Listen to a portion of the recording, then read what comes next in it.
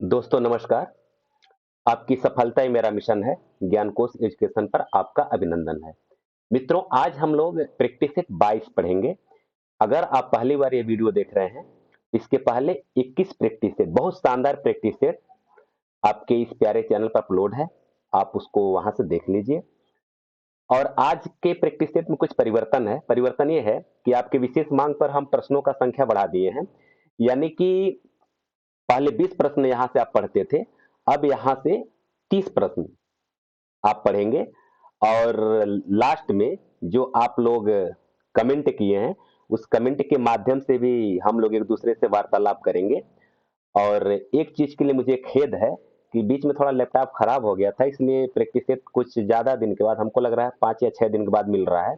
लेकिन अब ऐसा नहीं होगा। अब आपको 1 या 2 दिन पर कोशिश तो मेरा रहेगा कि प्रतिदिन हो, लेकिन चूंकि विद्यालयी कार्य की वजह से उतना टाइम नहीं मिल पाता है, क्योंकि मैं भी टीचर हूँ एक इंटर कॉलेज में, इसकी वजह से थोड़ा सा समय नहीं मिल पाता है। क्योंकि पीडीएफ बनाना, फिर उसको ये इसका सब सेटिंग करना, सारा कुछ एडिटिंग करना काफी टाइम लग जाता है, इसलिए रोज नहीं हो पाता है। लेकिन मेरा कोशिश रहेगा कि मैं आपको 1 या 2 दिन पर जरूर एक प्रैक्टिस सेट दे दूं। ठीक है ना? चलिए हम लोग आगे बढ़ते हैं। पहला प्रश्न है, मिस्र बंधु विनोद नामक ग्रंथ के प्रथम 3 भाग में कुल कितने कवि शामिल थे? तो आपको 10 सेकंड का समय आपको मिलता है, जैसा कि आपको पहले से पता है। तो आपका टाइम शुरू है। आप बताएंगे कि ये सही क्या है, 3671 या 3571 या 3675 या फिर 3680। यानी कि मिस्र बंधु विनोद का जो प्रथम 3 भाग जो था, उसमें कुल कितने कवि थे, आपको ये बताना है। तो सही उत्तर आपका हो जाएगा ए, 3671। अब एक प्रश्न मैं आपके लिए बता रहा हूं कि चौथा भाग जब इसका हुआ, यानी कि जब कंप्लीट हुआ चौथा भाग, तो चौथे भाग में कुल कितने कवि, हालांकि उस तरह से तो कहा जाता है लगभग 5000, लेकिन लगभग में नहीं, आप एक्यूरेट बताएंगे कि कुल कितने कवियों का उल्लेख किया गया है मित्र बंधु विनोद में। क्योंकि 3 भाग में तो ये हो गया, लेकिन चौथा भाग हुआ तो और कवि जोड़े गए, तो कुल कितने कवि आप बताएंगे। ठीक है ना? चलिए आगे हम लोग बढ़ते हैं। प्रश्न नंबर 2, हिंदी साहित्य का वैज्ञानिक इतिहास कब लिखा गया था? 1966 में, या फिर 1965 में, या फिर 1970 में, या फिर 1972 में? तो आपको बताना है हिंदी साहित्य का वैज्ञानिक इतिहास कब लिखा गया था। सही उत्तर का मिलान करिए और आप 30 प्रश्न में कुल कितने प्रश्न सही हुए हैं, आप हमें कमेंट करके अवश्य बताएंगे। ठीक है? तो आपका विकल्प है बी, 1965। चलिए प्रश्न नंबर 3 हम लोग देखते हैं। मिस्र बंधु विनोद ने परिवर्तन काल की समय सीमा निर्धारित की है, क्या निर्धारित की है?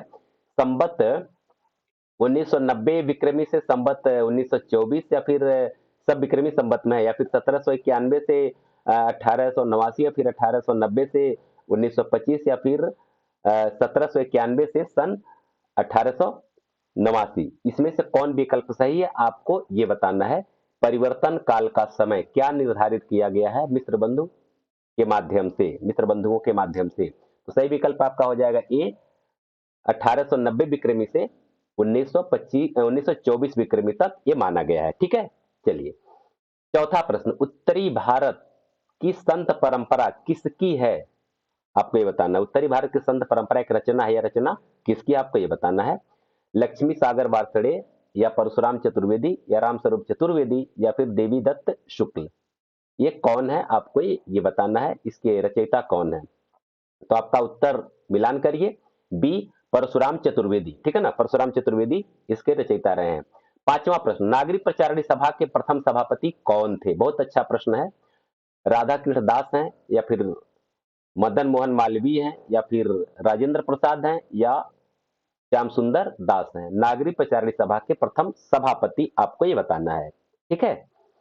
तो चलिए आप सही उत्तर देखिए, मिलान करिए। सही उत्तर आपका है ए, राधा कृष्ण दास।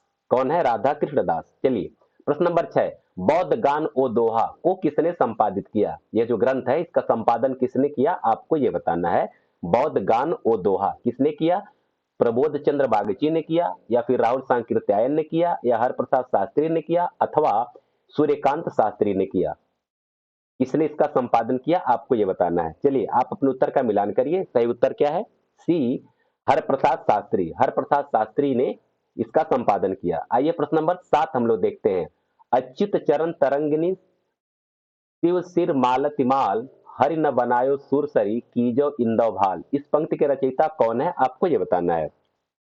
राम सहाय है, या रसलीन है, या फिर रसखान है, या रहीम है? कौन है इसके इस पंक्ति के रचयिता, आपको ये बताना है। ठीक है ना? ध्यान से पंक्ति को देखिए और आराम से इसका उत्तर दीजिए, बिना किसी घबराहट के, बिना किसी जल्दबाजी के। चलिए अब अपने उत्तर का मिलान करिए। सही उत्तर क्या है? डी, ये रहीम की पंक्ति है। हालांकि ऐसा लग नहीं रहा है, लेकिन है पंक्ति रहीम की। ठीक है ना? क्योंकि अच्युत चरण तरंगिणी ऐसा शब्द जो है कि ये ज्यादातर ये ब्रज और अवधि में ही रचना की है, इसलिए ऐसा जल्दी लगता है कि नहीं, कुछ ऐसा नहीं लग रहा है। ठीक है, चलिए आगे हम लोग देखते हैं। श्रीधर द्वारा रचित रणमल छंद, रणमल छंद उनकी रचना है श्रीधर का। इसका प्रकाशन वर्ष क्या है? देखिए प्रश्न को मैं थोड़ा सा इस तरह से सोच रहा हूं जहां तक बोर्ड सोच सकता है, क्योंकि ज्यादातर प्रश्न ऐसा पूछा जाता है कि रणमल छंद के रचयिता कौन है, या श्रीधर पाठक द्वारा रचित ग्रंथ का नाम बताइए, तो ये सब इस तरह से पूछता है। लेकिन अब बोर्ड कहां तक जा सकता है, उसका का सोच कहां तक जा सकता है, मतलब कहां तक कितनी डीपली प्रश्नों को ये लोग उठा सकते हैं, वहां तक सोचना पड़ रहा है पिछला ये 2021 का पेपर देखने के हिसाब से। तो अब आपको प्रकाशन वर्ष भी तैयार करना है। ठीक है ना? तो चलिए, प्रकाशन वर्ष क्या है आपका? 1247 है, या 1224 है, या फिर 1454 है, या फिर 1304 है? कौन है? श्रीधर द्वारा रचित रणमल छंद का प्रकाशन वर्ष क्या है, आपको ये बताना है। तो चलिए अपने उत्तर का मिलान करिए। सही है, 1454 ईस्वी। ठीक है ना? आइए प्रश्न नंबर 9। ससुरी निंद गेल बहुड़ी, बहुड़ी नहीं बहुड़ी है, यहाँ बिंदी होना चाहिए। जाग कानेट चोर नीलका गई माग, दिवसई बहुड़ी काढ़ई डरे भाव, रत भैले कामर जा। इन पंक्तियों के रचयिता कौन है, आपको ये बताना है। ये कड़प्पा है, या डोम्बिपा है, या फिर सरहपा है, या कुकुरीपा है? कौन इसके रचयिता है, आपको ये बताना है।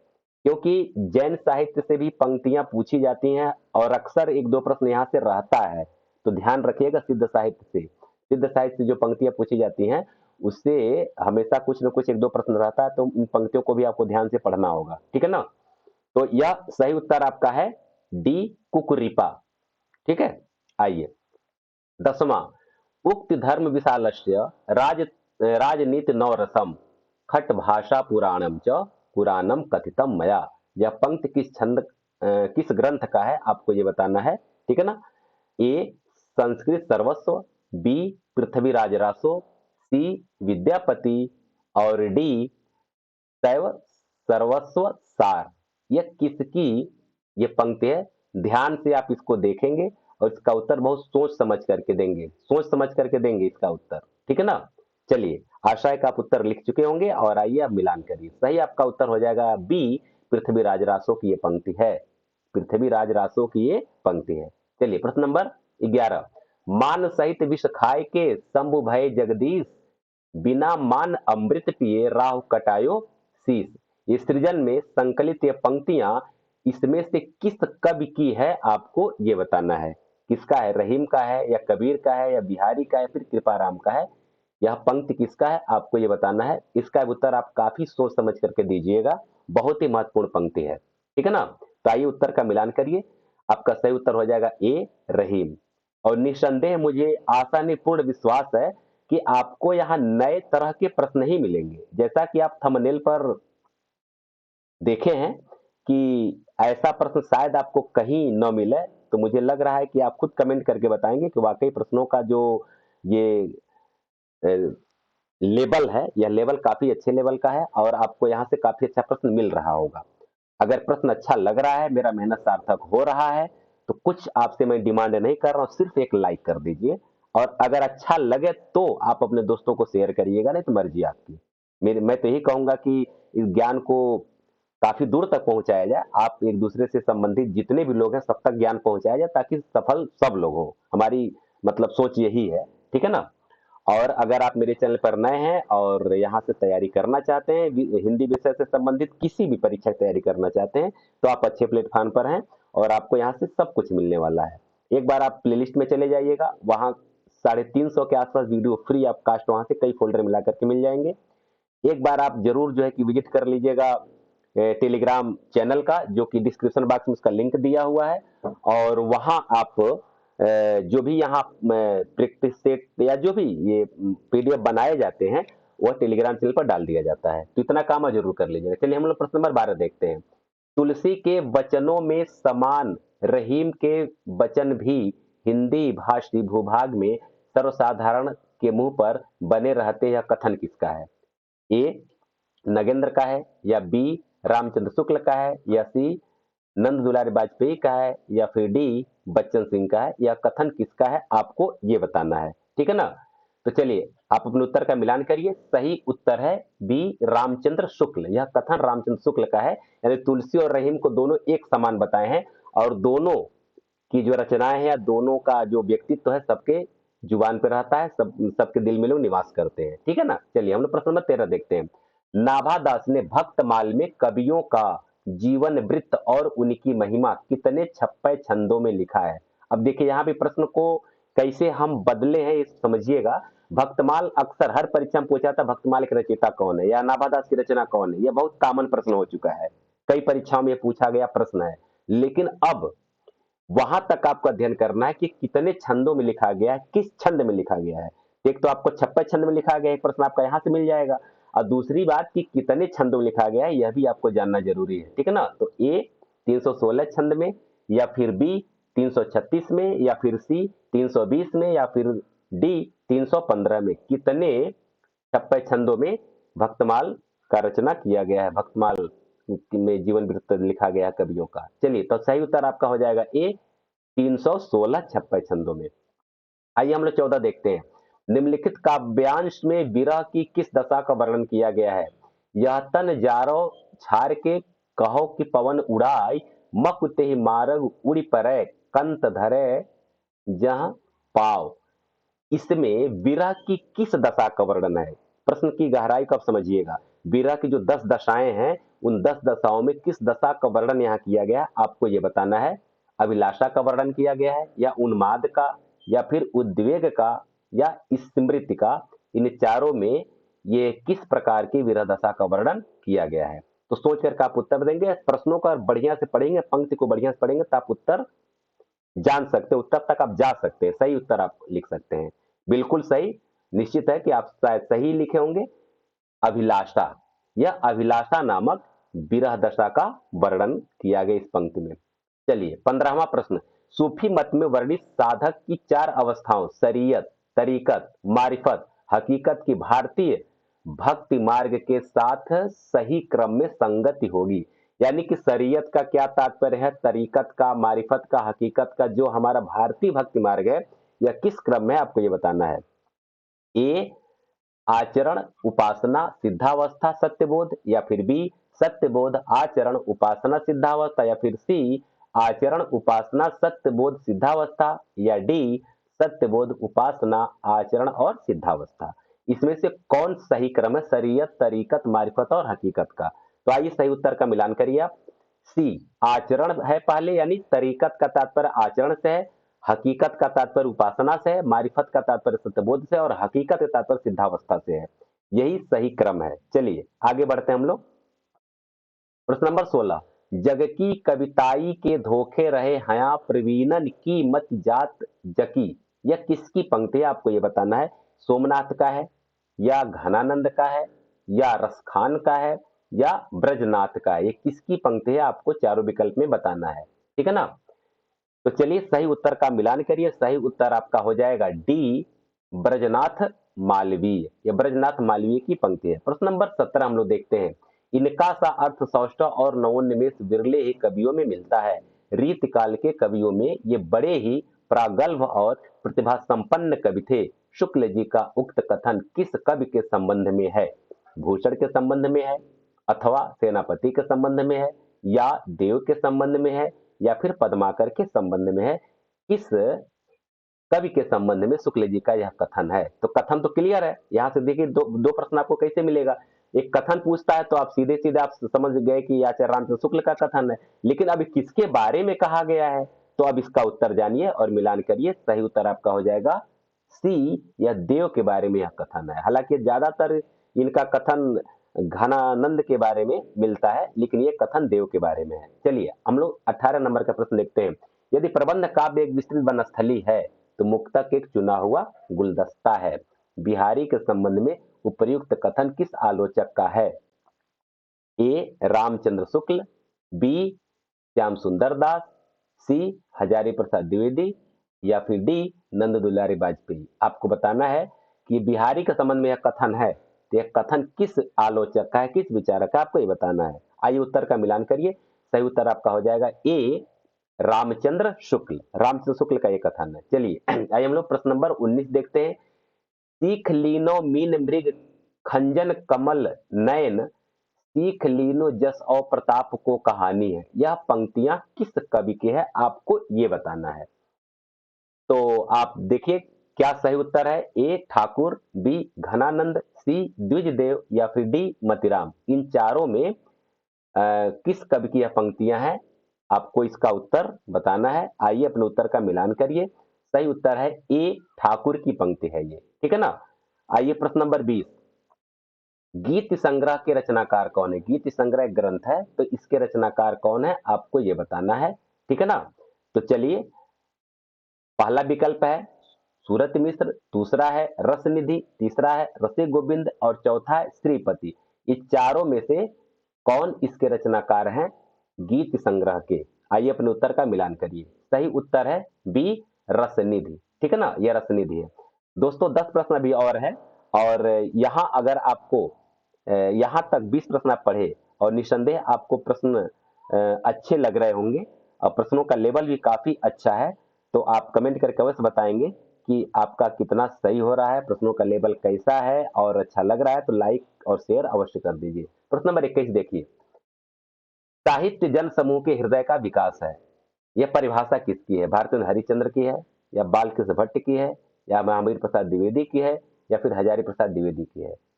साहित्य जन समूह के हृदय का विकास है, यह परिभाषा किसका है, आपको ये बताना है, ठीक है। तो आइए अपने उत्तर का मिलान करिए। सही उत्तर आपका हो जाएगा बी बालकृष्ण भट्ट। बालकृष्ण भट्ट की ये परिभाषा है। आइए हम लोग देखते हैं अगला। समय सूर्य किस कवि का उपनाम है? समय सूर्य किस कवि का उपनाम है, आपको ये बताना है। तो ये श्रीधर पाठक का नाम है, उपनाम है, या रामधारी सिंह दिनकर का है, या फिर मैथिली शरण गुप्त का है, या सुमित्रानंदन पंत का है? समय सूर्य सोच करके आप उत्तर दीजिएगा, और निसंदेह आप अपना उत्तर लिख चुके होंगे। आइए सही उत्तर का मिलान करिए। रामधारी सिंह दिनकर। हालांकि रामधारी सिंह दिनकर को और भी कई उपनामों से जाना जाता है, यदि आपको पता है तो अन्य उपनाम भी बताएंगे, लेकिन इनका एक और भी ये उपनाम है समय सूर्य, ठीक है ना। आइए हम लोग देखते हैं प्रश्न नंबर 23। जो हो मैंने आप कई बेर परिश्रम किया, खड़ी बोली में कुछ कविता बनाऊं, पर वह चित्तानुसार नहीं। यह कथन किसका है? यह कथन किसका, आपको यह बताना है। अयोध्या सिंह उपाध्याय हरिऔध का है, अथवा भारतेंदु हरिश्चंद्र का है, अथवा अयोध्या प्रसाद खत्री का है, अथवा जगन्नाथ दास रत्नाकर का है? किसका है, आपको ये बताना है, ठीक है ना। तो आपका सही उत्तर हो जाएगा क्या? बी भारतेंदु हरिश्चंद्र का ये कथन है। माने यह खड़ी बोली में कविता बनाने का प्रयास कर रहे थे, लेकिन ये कह रहे हैं कि हमारे चित्तानुसार नहीं यह उतर पा रहा था, इसलिए ब्रज का यानी कि ब्रज भाषा में ज्यादातर कविताएं लिखी, ज्यादातर कलौ सभी कविताएं, केवल फूलों का गुच्छा भर है, बाकी सब ब्रज भाषा में ही है। चलिए आगे देखिए। 24। रचना काल के अनुसार भारतेंदु हरिश्चंद्र की निम्नलिखित रचनाओं का सही अनुक्रम है। आपको भारतेंदु हरिश्चंद्र की रचनाओं का सही अनुक्रम बताना है। ए प्रेम तरंग, सतसई सिंगार, मध मुकुल, भक्त सर्वस्व, या बी भक्त सर्वस्व, सतसई सिंगार, प्रेम तरंग, मध मुकुल, या सी भक्त सर्वस्व, प्रेम तरंग, सतसई सिंगार, मध मुकुल, या फिर डी सतसई सिंगार, भक्त सर्वस्व, प्रेम तरंग और मध मुकुल। इन चारों में कौन सा रचनाओं का संग्रह है, आपको यह बताना है, ठीक है।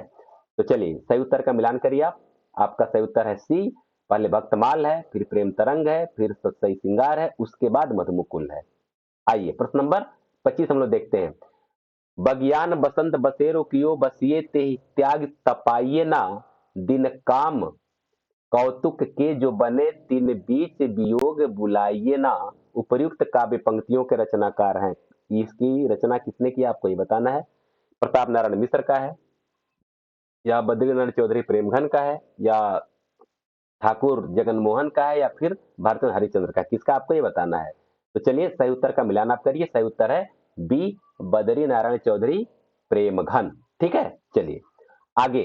श्रीधर पाठक की कौन सी रचना लावणी शैली में लिखा गया है। श्रांत पथिक, या एकांतवासी योगी, या उजड़ ग्राम, या कश्मीर सुषमा।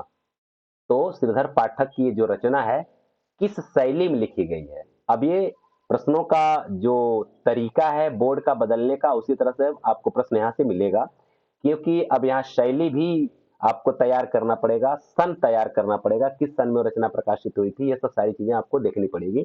तो चलिए आइए हम लोग उत्तर देखते हैं। तो बी है एकांतवासी योगी। एकांतवासी योगी जो है लावनी शैली में लिखा गया है।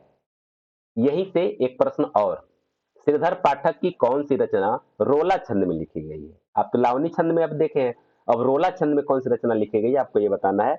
श्रांत पथिक है, या एकांतवासी योगी है, या उजड़ ग्राम है, या जगत सच्चाई सार है, कौन है आपको ये बताना है। ठीक है ना। तो आपका सही उत्तर क्या है, सही उत्तर का मिलान करिए। सही उत्तर है सी, उजड़ ग्राम। प्रश्न नंबर 28 देखिए, यदि द्विवेदी जी न उठ खड़े होते तो जैसे अव्यवस्थित व्याकरण विरुद्ध और उटपटांग भाषा चारों ओर दिखाई पड़ी थी, उसकी परंपरा जल्दी न रुकती। यह कथन किसका है। रामचंद्र शुक्ल का है, या हजारी प्रसाद द्विवेदी का है, या फिर श्याम सुंदर दास का है, या गणपति चंद्र गुप्त का है। यह कथन किसका है। काफी सोच समझ करके आप उत्तर दीजिए और आइए सही उत्तर का मिलान करिए। सही उत्तर आपका हो जाएगा क्या, ए, रामचंद्र शुक्ल। प्रश्न नंबर 29, कविता प्रभावशाली रचना है जो पाठक या श्रोता के मन पर आनंदी प्रभाव डालती है। काव्य के संबंध में यह विचार किसके हैं आपको ये बताना है। ए, आचार्य महावीर प्रसाद द्विवेदी, बी, आचार्य रामचंद्र शुक्ल, सी, जयशंकर प्रसाद, और डी, महादेवी वर्मा। इसमें से किसका यह विचार है आपको ये बताना है। तो आपका सही उत्तर क्या हो जाएगा, ए, आचार्य रामचंद्र, सॉरी, आचार्य महावीर प्रसाद द्विवेदी। आचार्य महावीर प्रसाद द्विवेदी का यह कथन है। ठीक है। प्रश्न नंबर 30, राम तुम्हारा चरित स्वयं ही काव्य है, कोई कवि बन जाए सहज संभाव्य है। यह किस कवि ने कहा है। यह पंक्ति किस कवि की है आपको यह बताना है। मैथिली शरण गुप्त का है, या दिनकर का है, या महावीर प्रसाद द्विवेदी का है, अथवा हरि अवध जी का है। किसका है आपको यह बताना है। ठीक है। तो आइए अपना उत्तर मिलाइए। सही उत्तर आपका हो जाएगा ए, मैथिली शरण गुप्त। अब सबसे बड़ी बात यह है कि आप लोगों से बातचीत करने का अवसर अगले स्लाइड में आपके कमेंट के माध्यम से हम आपसे बातचीत करेंगे। तो चलिए, सबसे पहले महेश कुमार जी हैं जो कहते हैं प्रणाम sir, very very nice class. हाँ बिल्कुल आपको ही प्रणाम, क्लास तो नाइस रहेगा क्योंकि काफी मेहनत किया जा रहा है और इसके लिए आपको बहुत बहुत धन्यवाद, आप मेरे साथ जुड़े हुए हैं।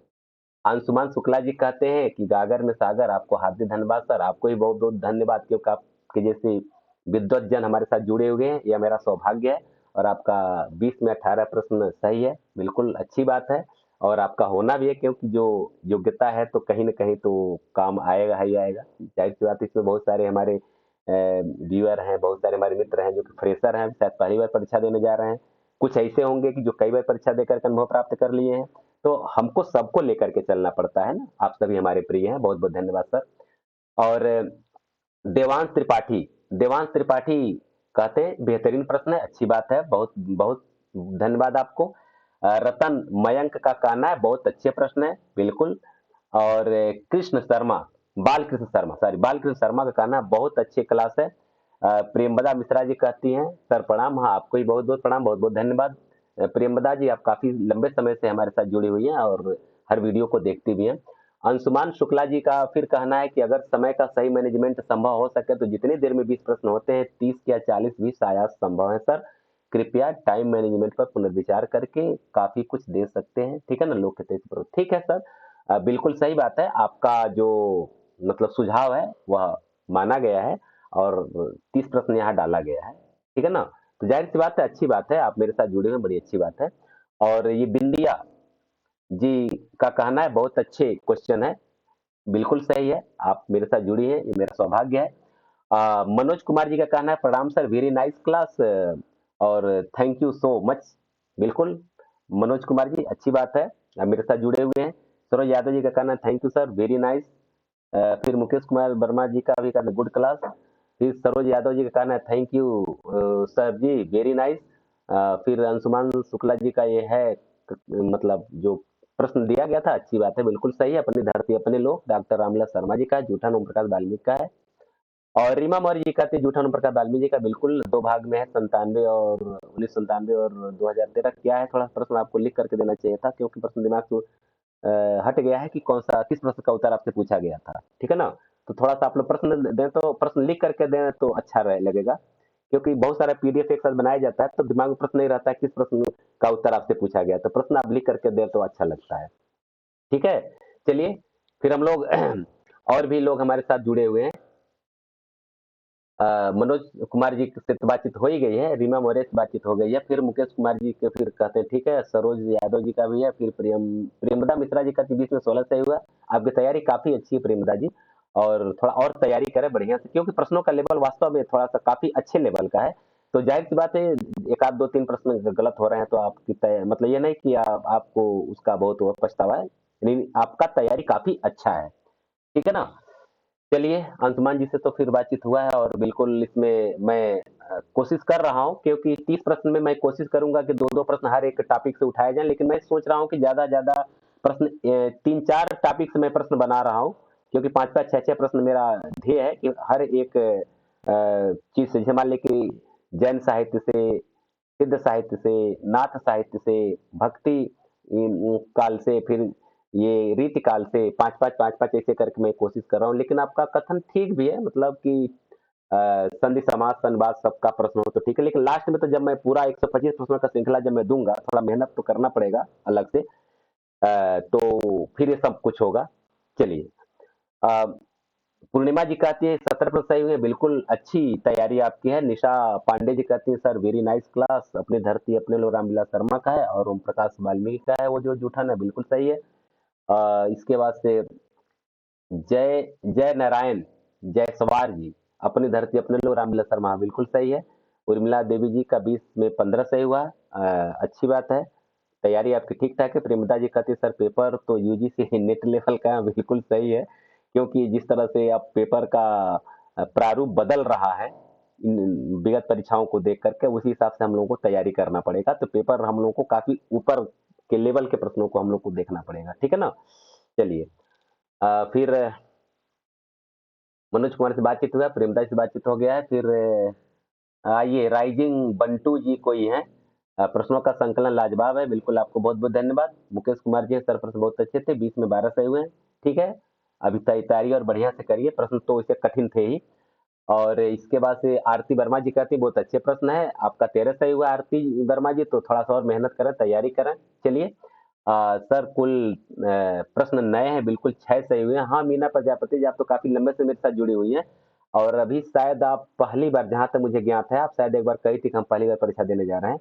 तो अगर इसमें से 6 प्रश्न सही हुआ तो बहुत ज्यादा हताश निराश होने का आवश्यकता नहीं। हाँ, तैयारी थोड़ा सा अभी और करना पड़ेगा, आपको बनाना पड़ेगा। ठीक है ना? प्रश्नों का लेवल है थोड़ा सा, आपके फ्रेशर लोगों के लिए तो प्रश्नों का लेवल कठिन रहेगा, या मैं महसूस खुद भी कर रहा हूँ कि प्रश्न काफी अच्छे लेवल के हैं। निशा पांडे जी कहती है, सर वेरी नाइस क्लास, बहुत बहुत धन्यवाद आपको। और अंशुमान जी का एक जो आपका सुझाव है, ठीक है, 125 प्रश्न की श्रृंखला में शुरू करूंगा, लेकिन थोड़ा सा इस समय का अभाव है, तो आप समझ सकते हैं कि चूंकि टीचिंग में टाइम मिल नहीं पाता है, और पीडीएफ बनाना, एडिटिंग करना, सब कुछ करने में टाइम लगता है। फिलहाल बिल्कुल आपका जो आपका कहना है उस पर विचार किया जाएगा। और अंशुमान जी का फिर कहना है कि आप वास्तव में धन्यवाद और सह प्रशंसा के सहज अधिकारी हैं, आपका परिस्थिति जन्य सहयोग अविस्मरणीय है। हाँ, बिल्कुल, आप जैसे अगर सुधी लोग हमारे साथ हैं, और जो भी मैं कर रहा हूँ, इसमें से एक तरह से संतोष मिल रहा है, एक जिसे आप लोगों से बातचीत करें बड़ा सुकून मिलता है कि चलिए, मेरे पास जो कुछ है, अगर मैं आप तक पहुंच पा रहा हूँ किसी माध्यम से, और आप सफल हो पा रहे हैं, तो ये मेरा सौभाग्य है। और मुझे एक एक तरह से अध्यापन का व्यवसाय भी आप जानते हैं कि बस समाज सेवा करना एक तरह से है और दूसरों को आगे बढ़ाना ही एक तरह से एक अध्यापक का मूल उद्देश्य होता है। अगर इस उद्देश्य में अगर मैं सफल हो रहा हूँ तो ये मेरा सौभाग्य है और आप जिस लोग मेरे साथ जुड़े हुए हैं। चलिए, प्रियंवदा मिश्रा जी कहती इसमें जो है कि 20 में से 17 प्रश्न सही है। हाँ, बिल्कुल, ये भी प्रश्न काफ़ी अच्छे थे और उतना सही तो फिर भी आप अच्छे ट्रैक पर हैं और अच्छी बात है, ठीक है ना? तो इस तरह से अब सभी लोगों का नाम पढ़ना जो है कि थोड़ा-सा समय लग रहा है और अंशुमान शुक्ला जी कहें परोपकार की बांसुरी ज्ञान कोष के घाट, अंशुमान सहृदय स्वजन हुआ आज आभास और आपका मैं इसी तरह से प्रत्युत्तर भी दिया हूँ, कविता के माध्यम से भी आप पढ़ भी चुके होंगे। बड़ा अच्छा लगता है आप लोगों जैसे लोगों के साथ बातचीत करके।